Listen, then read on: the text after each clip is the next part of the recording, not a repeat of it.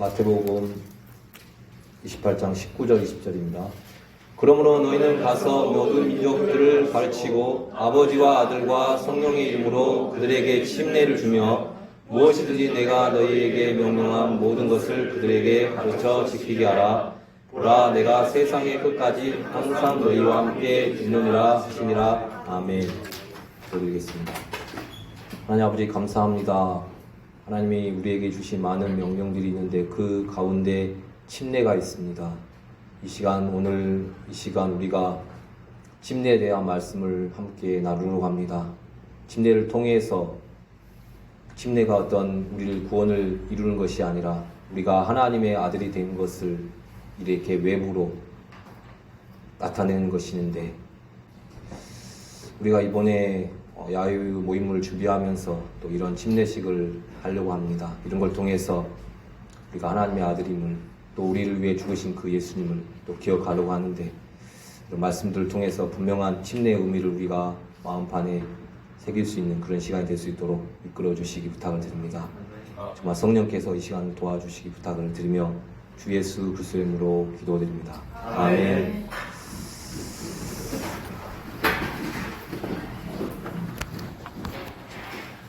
오늘은 침례에 대해서 우리가 여러 부분에 대해서 한번 말씀을 좀 같이 나누려고 합니다.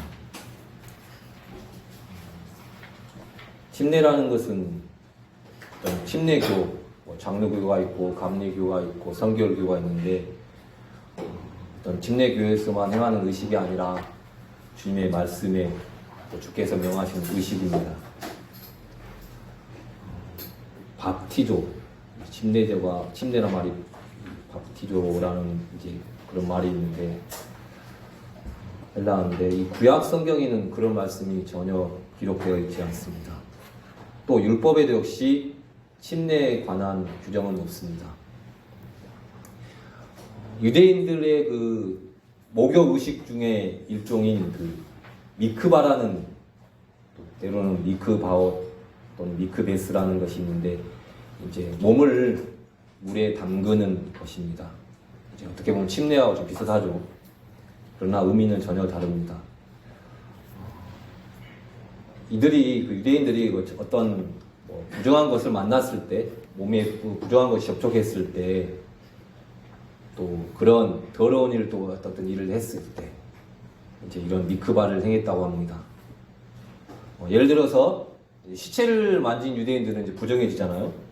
그럴 때 그런 사람들이 성전에 들어가기 위해서 미크바를 행했다고 합니다.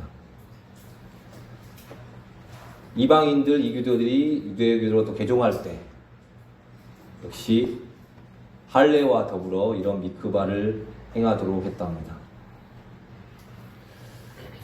그들 나름대로 이것이 몸의 정화 정결을 의미하는 일종의 정결의식입니다.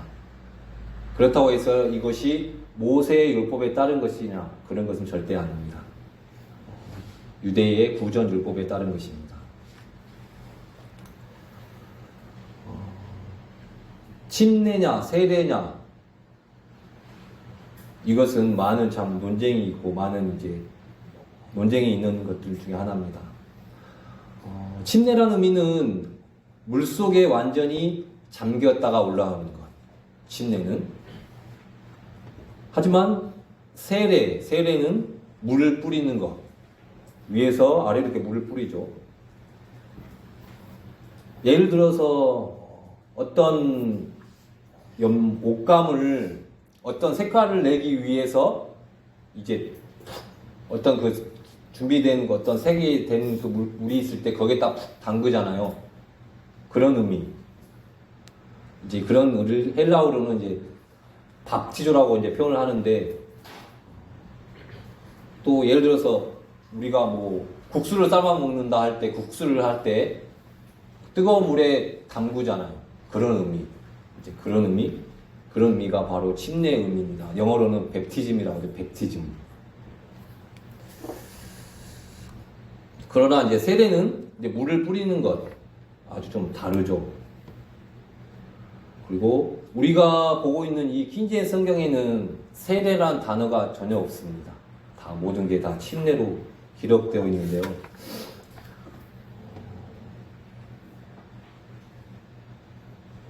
그리스어로 이제 밥티조라 하는데 907번 정도.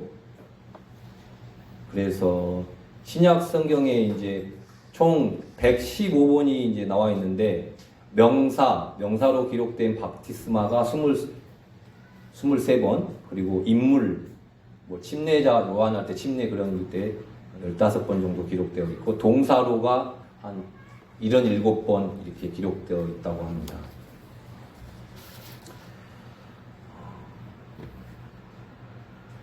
침례는 사람이 물속으로 좀 잠기는 것인데, 다는 그렇지 않겠지만 어떤 천주교에서, 캐톨릭에서 사제들이 이제 머리에서 위에서 이제 물을 뿌려놓고 하는 말이 침례를 했다, 그렇게 표현을 한다고 합니다.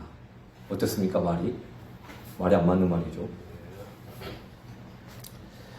그리고 좀 이 부분에 잘 오류 중에 하나가, 이제 말씀을 통해서 보겠지만, 이런 세례를 통해서, 어떤 침례를 통해서 거듭날 수 있다. 거듭난다. 침례를 통해서 거듭날 수 있다. 이제 그런 오류적인 말씀도 있다는 거죠. 이제 그런 교리를 가지고 있는 교회들도 있다는 거죠. 그래서 오늘 우리가 이 시간을 통해서 그런 것들이 얼마나 잘못된 것인지 또 말씀을 같이 나누고 갑니다. 세례나 또 침례나 그것이 우리의 죄를 씻어줍니까?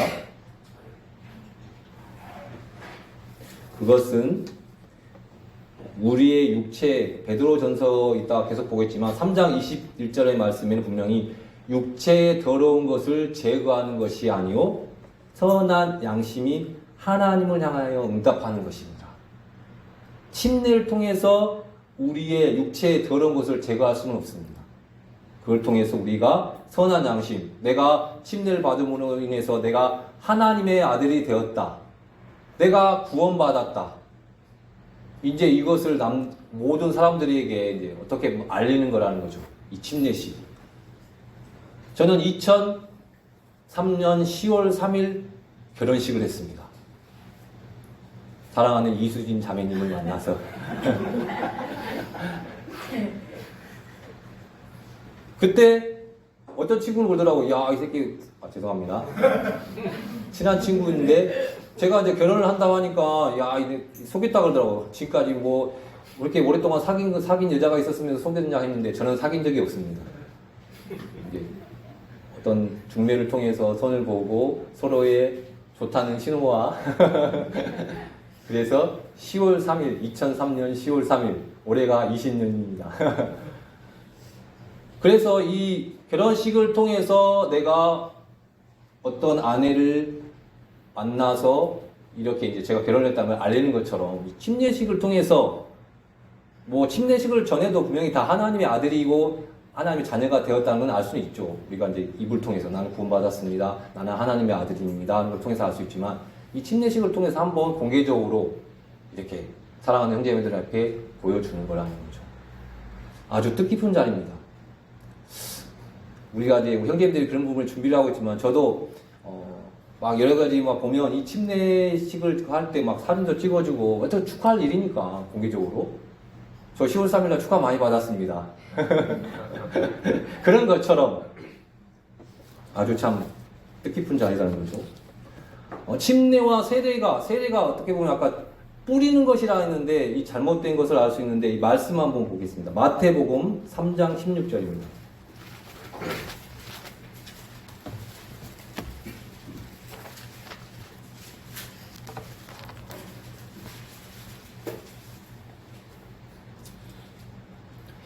그때 예수님께서 갈릴리로부터 요르단으로 요한에게 오사 그에게 침례를 받으러 하시거늘. 자, 예수님께서 요르단에서 침례를 받으러 오셨는데 잠깐 3장 6절 3장 6절도 보겠습니다. 자기 죄들을 자백하며 요르단 속에서 그에게 침례를 받더라. 자, 그리고 침례를 받으시고 물속에서 올라오셨다는 거죠. 자, 16절. 죄송합니다. 제가 말씀을 잘못 읽었네요. 3장 16절. 예수님께서 침례를 받으시고 곧바로 물속에서 올라오실 때 보라 하늘들이 그분께 열렸으며 또 하나님의 영께서 비둘기같이 내려와 자기 위에 내려앉는 것을 그분께서 보시더라. 곧바로 물속에서 올라오실 때, 물속에서 올라오셨다는 거죠. Out of water. 물속에서. 또 마가복음 1장 10절도 보겠습니다.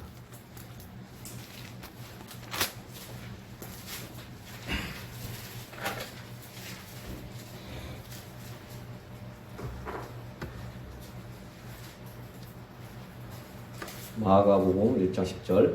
곧바로 물속에서 올라오실 때 하늘들이 열리며 성령께서 비둘기같이 자기 위에 내려오시는 것을 보시더라. 자, 곧바로 물속에서 올라오셨다는 거죠. 자, 사도행전도 보겠습니다. 사도행전 8장 38절 39절. 세례가 성경적으로 얼마나 잘못된 건지 지금 보고 있는 것입니다.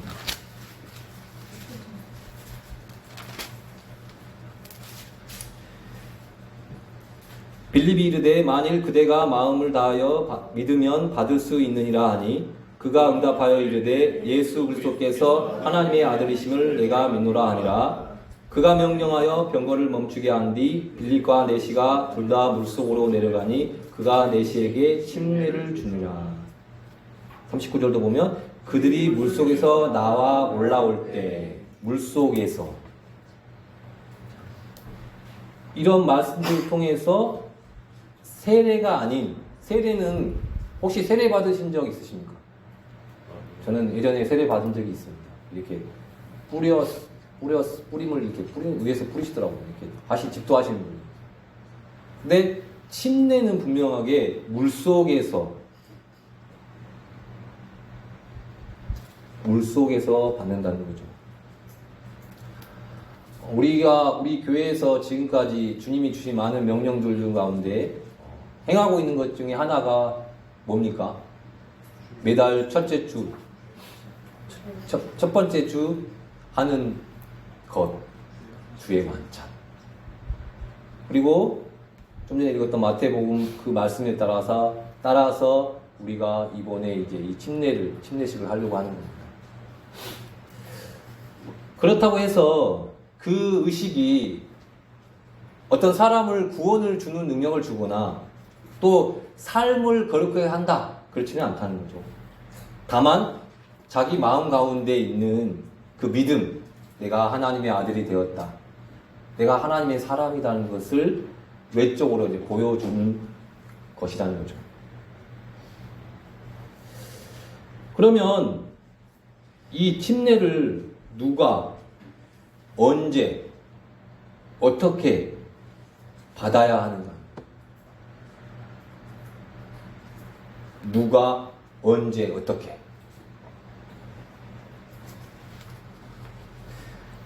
방금 제가 계속 좀 실수를 하고 있는데 사도행전 이제 펴셨으니까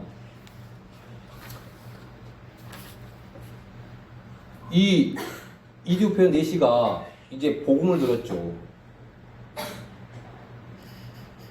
그 전에는 이제 복음을 알지 못하다가 이 사도 빌립을 통해서 예수님을 알게 됐습니다. 그래서 37절 말씀처럼 빌립이 이르되 만일 그대가 마음을 다하여 믿으면 받을 수 있느니라 하니 그가 응답하여 이르되 예수 그리스도께서 하나님의 아들이심을 내가 믿노라 하니라.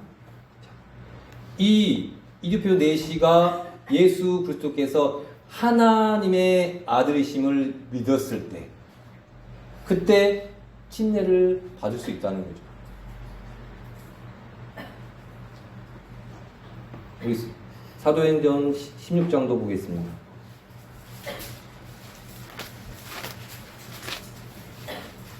(16장) 33절 34절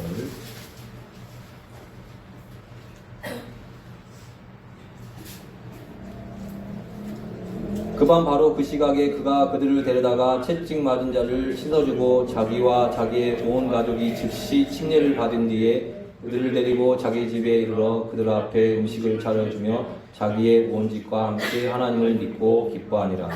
자, 바울과 실라가 감옥에 갇혔을 때 그런 어려움이 있었지만 그런 어려움 가운데 주님이 일하셔서 이제 그들이 풀려나죠. 그럴 때 이제 이 간수가 그런 일을 통해서 예수님을 믿게 되는 거죠. 30절에 보면 그들을 데리고 나와 이르되 선생님이여 내가 무엇을 하여야 구원을 받으리까? 무엇을 하여 구원을 받으리까 하니까 사도 바울이 그들이 이르되 주 예수 그리스도를 믿으라. 그리하면 내가 구원을 받고 내 집이 받으리라. 이 간수와 이 보면 34절에 보면 자기의 온 집과 함께 하나님을 믿고 기뻐하니라. 이 자기와 이 집이 예수 그리스도를 믿었다는 거죠. 그래서 33절의 말씀처럼 그들을 데려다가 뒤에 보면 즉시 침례를 받았다는 거죠.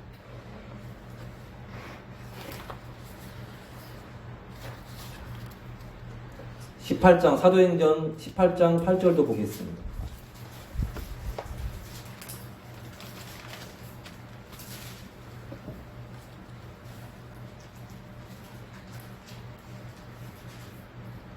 회당에 우두머리 치리자 그리스도버가 자기의 온 집과 함께 주를 믿었으며 고린도 사람들 중에 많은 이들도 듣고 믿어 침례를 받더라. 자, 여기 기록된 말씀에도 분명히 주를 믿었으며 고린도 사람들 중에 많은 이들도 듣고 믿어 침례를 받더라. 침례는 어떤 기간이 필요한 게 아니에요. 어떤 교회에 무슨 회원이 되어야 되는 게 아니에요. 그분이 교회 모임을 한 번 왔든 10번 왔든 그것이 중요한 것이 아니라 방금 말씀처럼 듣고 믿었을 때 예수 그리스도의 말씀, 예수 그리스도를 우리가 복음을 전했을 때 그 복음에 대해서 그 예수 그리스도를 주로 듣고 믿었을 때 침례를 받을 수 있다는 거죠.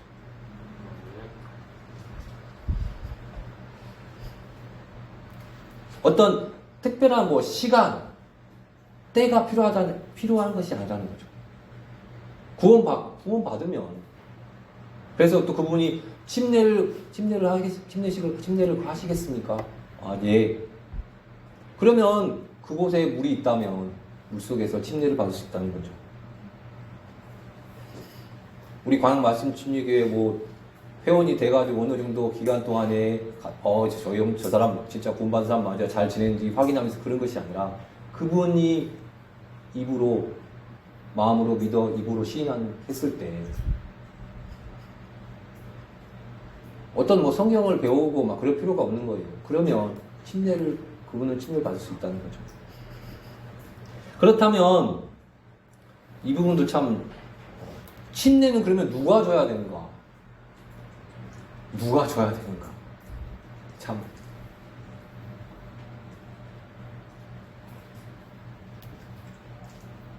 특별히 우리 기록된 말씀에는 특별히 정해진 사람은 없습니다. 예를 들어서 우리 교회 어떤 목사님이 우리는 사실 아는 것처럼 목사님이 없습니다. 그러면 우리는 하면 안 되는 거 아니야? 이 가톨릭에서는, 이 천주교에서는 사제들이 딱 하는 거잖아요. 권위 있어요. 그게 그분이 하는 게 잘못됐다는 것이 아니라 그분만이 해야 할 수 있는 그 권리를, 어떤 권을 가지고 있다는 것은 잘못됐다는 거죠. 그분도 할 수 있어요. 그렇다고 해서 특별히 누가 정해진 게 아니라는 거죠.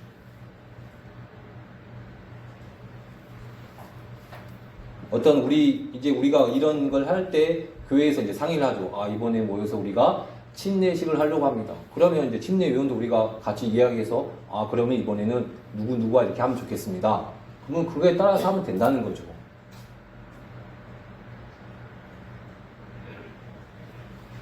이런 부분도 우리가 정확하게 말씀에 대해 오해가 없었으면 합니다. 그러면 이제 이 침례에 대해서 좀 오해하는 부분이 이제 말씀을 통해서 오해하는 몇몇 말씀들이 있습니다. 때로는 이런 그 오해되는 말씀을 통해서 침례를 받아야 구원을 받은 거다. 그렇게 이제 오해에 빠진다는 거죠. 그 중에 하나가 이제 요한복음 3장 5절 6절 말씀입니다.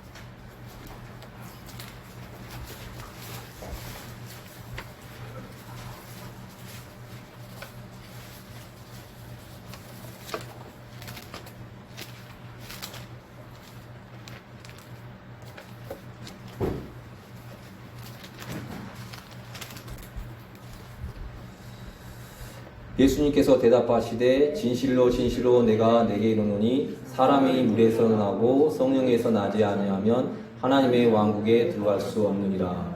육에서 난 것은 육이요 성령에서 난 것은 영이니.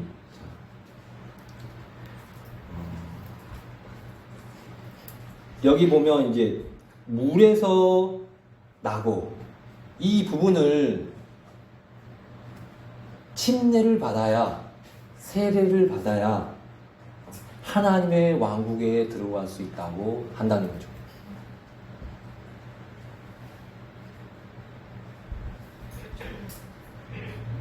근데 말씀에는 물에서 나는 것은 육에서 나는 것, 성령에서 나는 것은 영에서 나는 것이 분명히 기록됐다는 거죠. 물에서 난 것. 육에서 난 것은 육이요 성령에서 난 것은 영이다. 그렇다면 이걸 물과 성령을 통해 이런 걸 통해서 이제 전혀 침례에 침자도 없는데 이 침례를 넣어가지고 한다면 큰 오류에 빠진다는 거죠.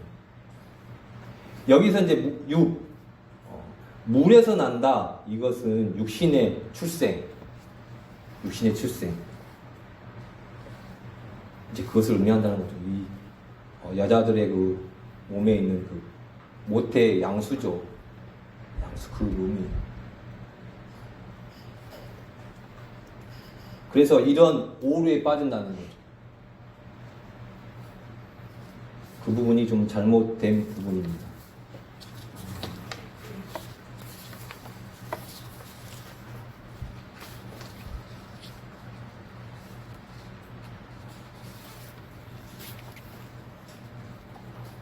그리고 좀 가장 크게 이제 오류에 빠진 부분이 이제 사도행전 2장 37절, 38절입니다.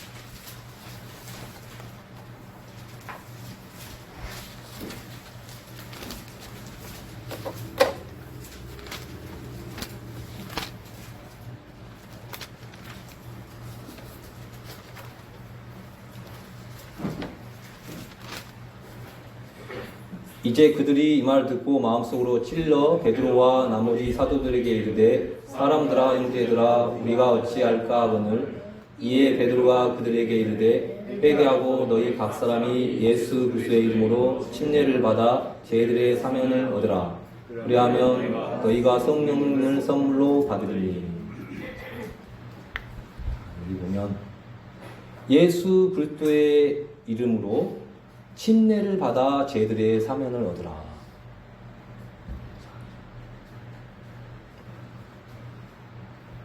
이제 이 말씀을 통해서 어떻게 보면 침례나 세례의 어떤 정당성, 이 제사함을 받기 위하여 침례를 받아야 된다. 그런 많은 오류에 빠진다는 거죠. 베드로는 유대인들에게 이제 두 가지를 명령했습니다. 왜냐하면 이들은 그들에게 주신 표적과 또 서기를 통해 예수 그리스도를 이제 믿었기 때문에 만약에 이때 이제 이 베드로가 이들에게 이 말씀을 선포했을 때 이들이 믿지 않았다면 어떤 반응이 일어났을까요? 아마 스데반처럼 이 베드로를 돌로 찍어서 죽였을 겁니다. 베드로는 아마 여기서 끝났을 거예요.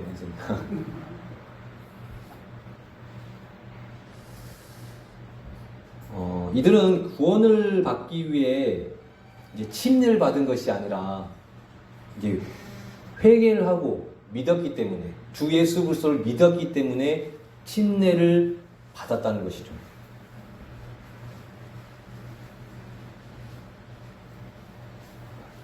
우리도 이제 하루하루 우리가 어떤 모임을 가질 때나 아니면 삶을 살 때 회개를 하고 시인을 합니다.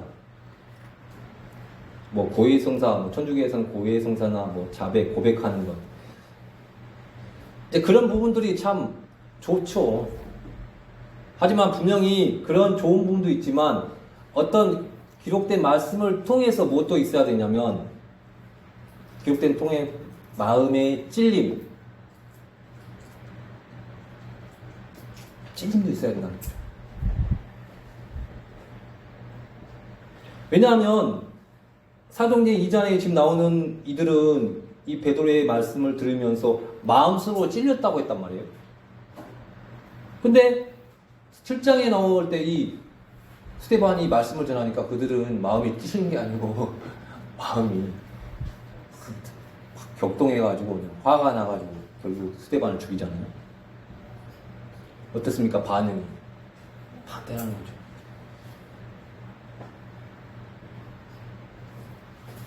그래서 반대되는 거 끝나는 것이 아니라 그것으로 인해서 분명히 똑같은 말씀을 들었는데 사람까지 죽였다는 거죠.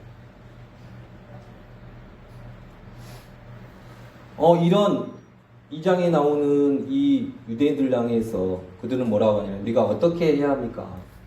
우리가 어떻게 해야 됩니까? 그 예수님을 이제 이 베드로가 이 복음을 전했을 때 그들이 어떻게 해야 합니까? 이런 죄를 지었는데 어떻게 해야 합니까? 첫 번째 뭐라고 하냐면 회개하라고 합니다. 회개하라. 약속의 메시아 그리스도가 왔는데 그 그리스도를 믿지 않았을 뿐만 아니라 그 유대인들은 예수 그리스도를 죽였다는 거예요. 그것 앞에 회개하라고. 자신들이 저지른 그 악행 그리고 믿지 않았던 그 죄 그것에서 회개하라는 거죠. 우리도 마찬가지죠. 우리가 예수 그리스도를 믿는 순간 또 하루하루 살면서 기억나는 죄, 그런 죄가 기억나면 그럴 때마다 우리는 철저히 회개해야 된다는 거죠. 두 번째가 바로 예수 그리스도의 이름으로 침례를 받으라. 침례자 요한도 역시 침례를 선포했죠. 침례를 행했죠. 근데 이제 침례 요한이 행한 그 새 침례로는 침례는 물침례죠, 물침례. 성령을 받게 해주는 침례가 아니죠. 어쩐 회개의 침례. 예수 그리스도를 메시아가 오실 것에 대한 자기를 돌아볼 수 있는 회개의 침례를 선포했습니다. 그래서 요한은 예수 그리스도께서 오실 텐데 메시아가 오실 텐데 그 메시아는 성령과 불로 침례를 주신 분이다. 그렇게도 말씀을 선포했습니다. 근데 이 특징이 우리가 방금 읽었던 말씀에 보면 예수 그리스도의 이름으로 침례를 받으라고 했다는 거죠. 우리가 처음에 마태복음 28장을 읽었습니다. 차이점 혹시 아실까요? 자, 봐보세요. 차이점이 있어요. 예수 그리스도의 이름으로 침례를 받으라. 근데 마태복음에는 뭐라고 했냐면 아버지와 아들과 성령의 이름으로 그들에게 침례를 주라.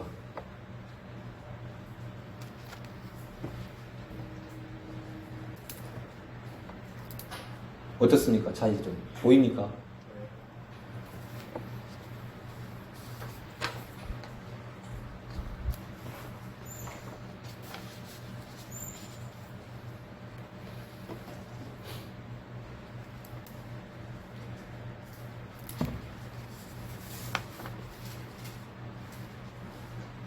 그들은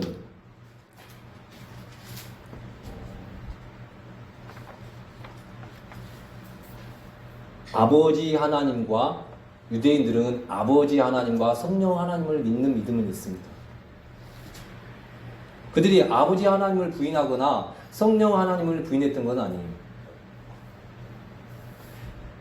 주 예수 그리스도를 부인했다는 거죠. 믿지 않았다는 거죠. 그래서 그것 앞에 예수 그리스도를 믿지 않은 것에 대한 또 예수 그리스도를 향해서 범했던 그런 죄에 대해서 회개하라는 거죠. 그래서 그런 잘못을 진짜 회개한다면 그 예수 그리스도의 이름으로 침례를 받을 수 있다는 거죠. 그것은 뭐냐면 그들이 그 예수 그리스도의 침례를 받음으로 해서 내가 구원받았다는 것이 아니라 내가 지금 2000년이 아니죠. 갈보리에서 못 박게 한 그 사람, 그분이 바로 하나님이셨구나. 주 예수 그리스도께서. 그런 자기 자신을 회개하면서 그 예수 그리스도를 받아들인 것을 이제 보여주는 모양이지, 그것을 통해서 구원을 받았다는 것이 아니에요. 그들은 믿었죠. 이제 회개하면서 믿음으로 인해서 구원을 받은 것이지.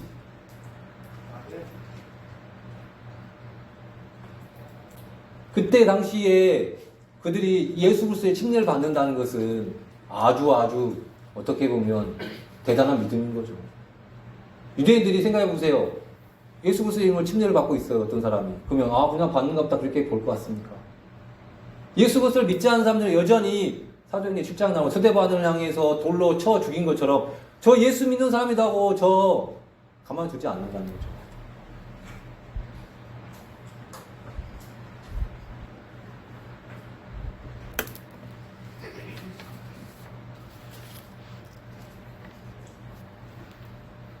베드로가 오순절 때 이제 유대인들을 향해서 십자가에서 제들의 사면을 위한 그 예수 그리스도의 피에 대해서 이제 말씀을 선포했습니다. 이 피는 하나님의 약속된 그리스도를 죽인 유대인들의 죄를 깨끗하게 해줄 수 있는 피죠. 어린 양의 보혈인 거죠. 그래서 그들이 해야 될 것은 회개해야 되고 또 예수 그리스도를 믿어야 되는 거죠. 그래서 사도 베드로는 그들에게 회개하라 했고 예수 그리스도의 이름으로 침례를 받으라고 한 거예요. 그 말은 뭐냐면 침례를 받으라는 거도 너희들이 그 죽인 그분이 그 주 예수 그리스도가 바로 하나님이시다. 이 땅에 오셔야 될 분이었다. 메시아였다.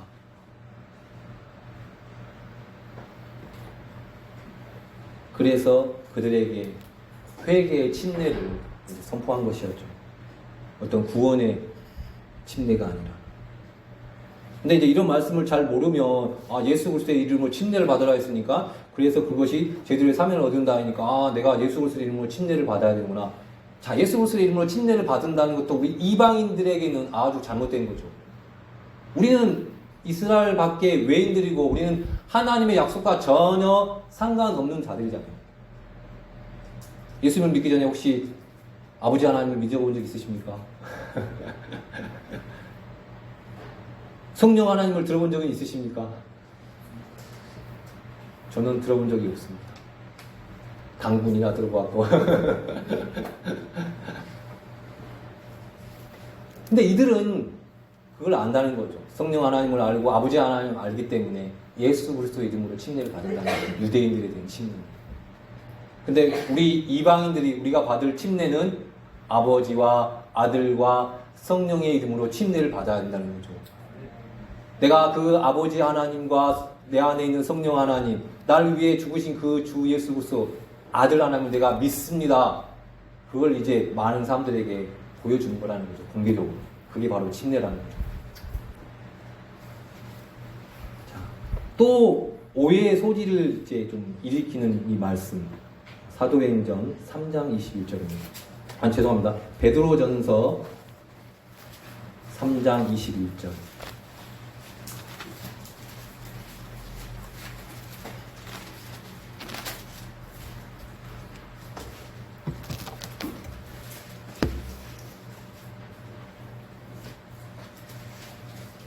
그 일과 동일한 모형 곧 침례가 예수 그리스도의 부활로 말미암아 이제 또한 우리를 구원하나니 이것은 육체의 더러운 것을 제거하는 것이 아니요 선한 양심이 하나님을 향하여 응답하는 것입니다. 어떻게 보면 사도행전에서도 역시 베드로가 유대인들 향해서 회개하고 주 예수 그리스도의 이름을 침례를 받으라 하면서 어떻게 보면 좀 오해의 이제 말씀이 기록되어 있죠. 근데 다시 이제 이 베드로가 다시 이제 말씀을 전하는 거죠. 침례는 구원의 모형이지 그 침례로 죄를 제거할 수는 없다. 침례는 하나님을 향한 선한 양심의 응답이다.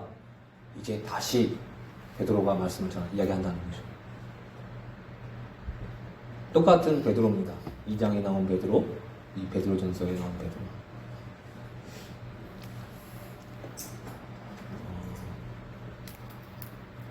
노아의 홍수 때 21절에 보면 이 노아의 홍수 때 이 땅을 멸한 물들과 동일한 모형, 이제 모형이 침례라고 합니다.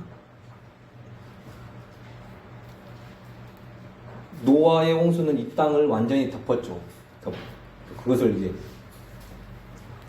또 홍해를 건널 때 이스라엘이 구름과 물 가운데서 또 침례를 받았다고 또 성경 말씀에는 기록되어 있습니다. 고린도전서 10장 1절 2절.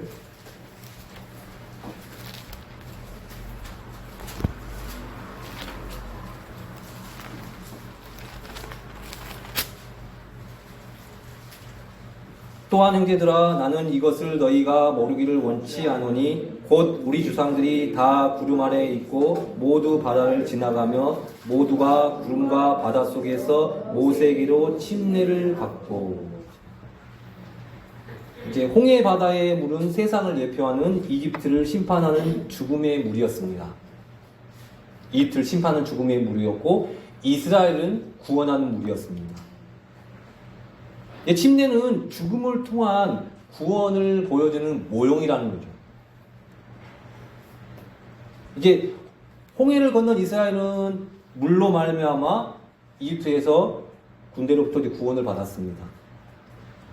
그래서 성경은 침례를 일컬어 그 일과 동일한 모형입니다. 모형. 실체가 아니라는 거죠. 즉 이런 물침례, 우리가 받는 이런 행하는 이런 물침례를 통해서 구원을 받는 것은 아니라는 거죠. 근데 어떤 분들은 이제 침례가 말씀에 21절 보면 침례가 또한 우리를 구원하나니 하면서 침례가 우리를 구원받게 하는 거 아니냐 그렇게 이제 말을 한다는 거죠. 노아의 홍수나 또 홍해 바다를 건넌 사건이 노아의 가족과 또 이스라엘을 구원했다면 우리는 예수 그리스도의 부활로 말미암아 좀 전에 보면 말씀에 있죠. 3장 21절에 보면 예수 그리스도의 부활로 말미암아 또한 이제 또한 우리를 구원하나니. 예수 그리스도의 부활로 말미암아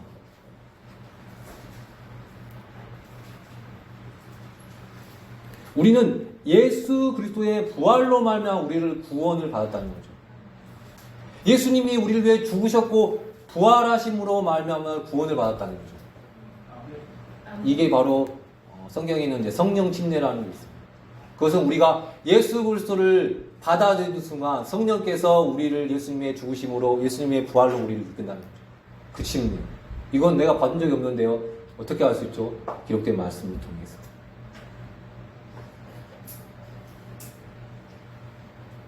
예수 그리스도의 부활로 말미암아 하나님을 믿는 각 사람에게 성령으로 침례를 주셨다는 거죠.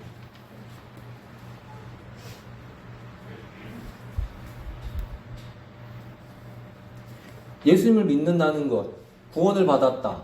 예수님의 부활하심으로 침례를 받았다. 다 똑같은 말이라는 거죠.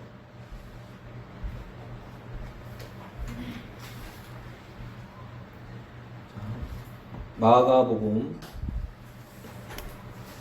1장 8절입니다.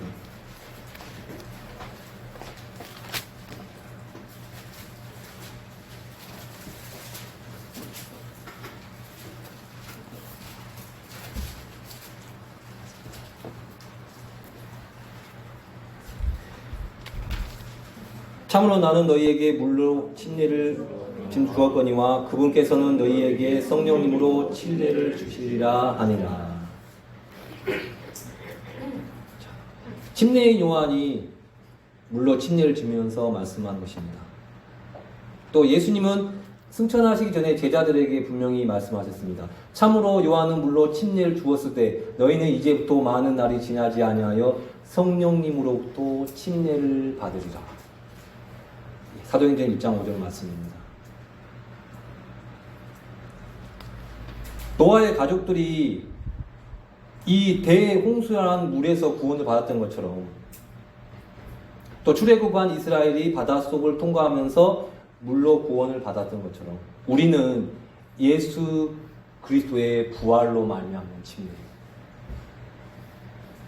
그 침례는 우리가 하는 것이 아니라 성령님을 통해서 하는 침례, 그 침례를 통해서 우리는 이 세상으로부터, 이 악한 세상으로부터의 단절과 또 구원을 받는다는 거죠. 우리 고린도전서 12장 13절입니다.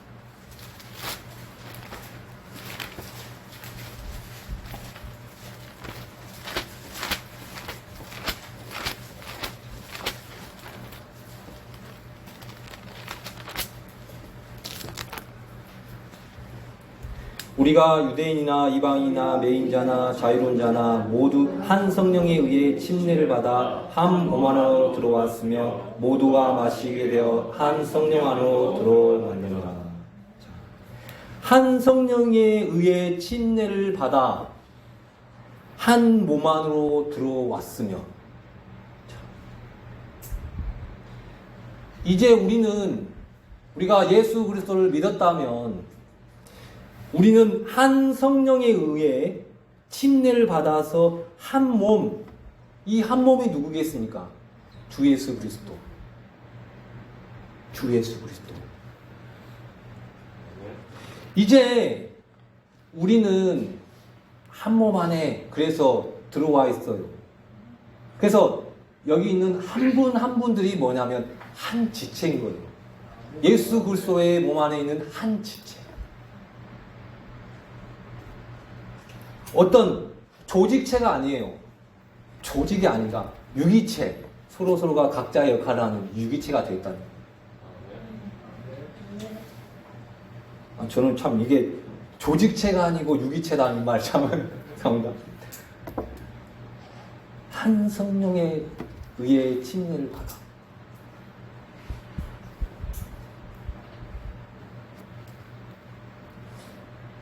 물 침례가 있고 성령 침례가 있는데 우리가 하는 것은 물 침례입니다.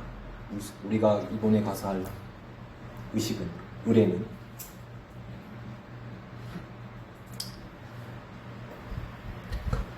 그렇지만 절대 알아야 될 게 물 침례는 죄를 제거하는 것이 아니라 하나님을 향한 선한 양심의 응답을 하는 거죠.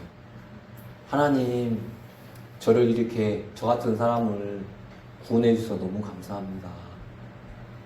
내가 뭐라고 하나님이신 분이 나와 같은 이런 몸을 입고 오셔서